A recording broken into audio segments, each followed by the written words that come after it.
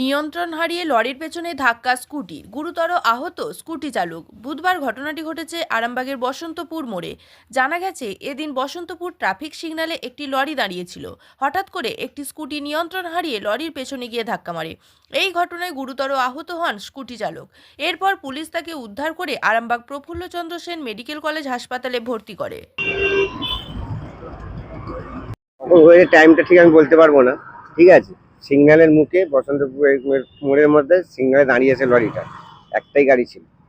এইখান থেকে কিচ করলো, ব্রেক মারলো, লাল কালার ওই যে স্কুটিটা লাগানো আছে লাগানো, সিধে গিয়ে পড়লো, পড়ে গিয়ে লরিতে মারলো, মারতে গিয়েই পেছন চাকায় মুন্ডুটা এরকম ঢুকে গিয়ে পুরো এইখান থেকে ফ্ল্যাট বেরোচ্ছে হু করে আর কি।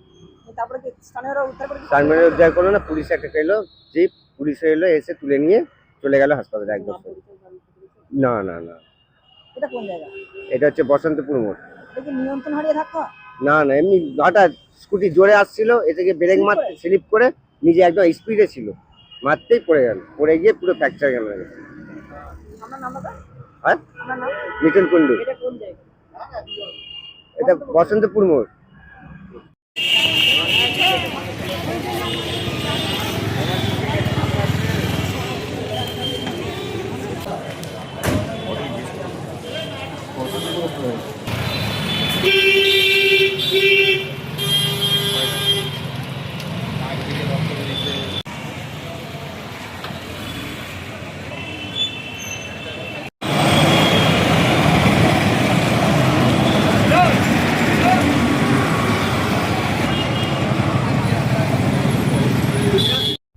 নিউনুর সোফা সেন্টার।